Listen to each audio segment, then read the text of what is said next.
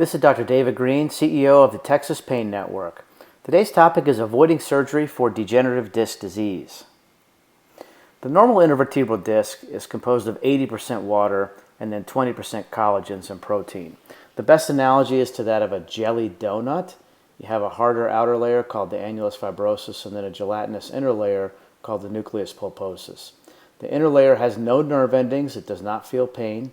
But you can feel pain on the outer layer if you have some tears or degeneration. Normally the disc is a great shock absorber. Whenever we walk, run, bend, twist with the spine, it absorbs shock by pushing water out and then the water gets pulled back in. When you start to get degenerative disc disease, it's usually between the ages of 20s to 50s. The disc starts to lose water content. You can see that a normal disc looks kind of rectangular. And then as you start to lose water, you start to get compressed and start to bulge like a tire losing air, okay?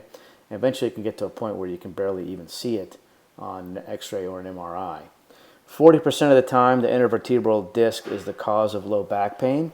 And it can actually lead to inflammation in the area and irritation of adjacent nerve roots. So even without a disc herniation, you can end up getting sciatica pain. So here you see degenerative disc disease on an MRI. A white disc on MRI has water in it, okay, and then bam, you end up getting a dark disc here. A little bit of a disc bulge there. So this is mild to moderate, it's not severe. Interestingly enough, they've done studies on 35% of those between the ages of 20 and 50 have degenerative disc disease on an MRI and have no symptoms at all, okay? So just because you see it doesn't mean it's going to hurt, okay? It may be disabling or it may have no pain along with it at all. So for those who are symptomatic, treatment options can include over-the-counter medications such as anti-inflammatories and Tylenol, narcotic medication for when pain is exacerbated.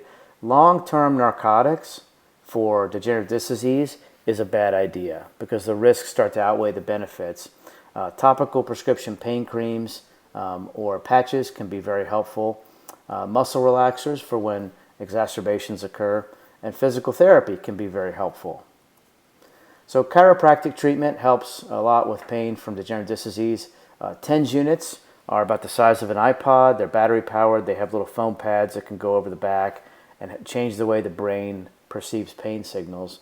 Here you see spinal decompression therapy, which is actually great. It's a computerized intermittent traction that's been shown to be over 85% effective for degenerative disc disease. And then acupuncture also can be helpful. When you're looking at interventional treatments, trigger point injections are sub-Q injections that can be great for relieving spasms and aching. Intradiscal treatment with either steroid or with platelet-rich plasma therapy or stem cell injections can all help with relief. The steroid doesn't, regenerate the disc, but the others can, and they're fairly new, and they've been having excellent results so far. Facet blocks. It's weird. People say, why would you do a facet block? It's a disc problem.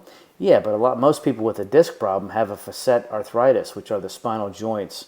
And this may include an injection into the facet joint, a medial branch block, which is an injection around those facet joints, or a radiofrequency ablation of those joints can relieve pain for 6 to 18 months. Okay?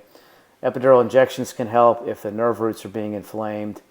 IDET is intradiscal electrothermal treatment. That's not done very much anymore. Insurance stopped paying for it when several studies showed that it didn't work so great after the initial enthusiasm. The mild procedure is called minimally invasive lumbar decompression. That's actually still done quite a bit because it works well, although some insurance companies are stopping paying for it. Here's a radiofrequency ablation. So like I mentioned, degenerative disc disease, this doesn't do anything directly for, but a lot of people who have pain with degenerative disc disease end up having facet arthritis back here. So this treatment can relieve that pain for 6 to 18 months. Stem cell injections may be bone marrow derived, or it could be amniotic fluid derived, or adipose from fat. Either way, stem cells are great for intervertebral disc regeneration. The disc itself doesn't have a great blood supply. And so this way, putting the stem cells and growth factors right into that area can help it regenerate somewhat and relieve pain.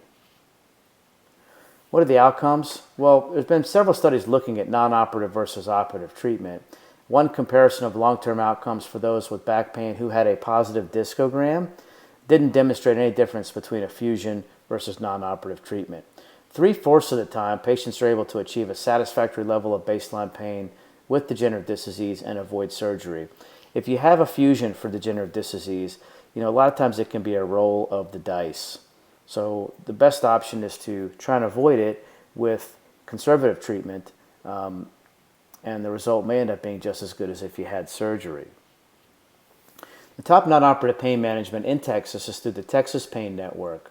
There are several clinics throughout the state, including Austin, accepting over 50 insurances and providing over 25 treatment options with the board-certified physicians.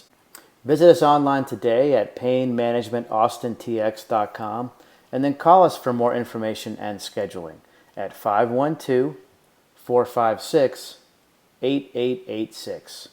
I'm Dr. David Green with the Texas Pain Network. Your pain stops here.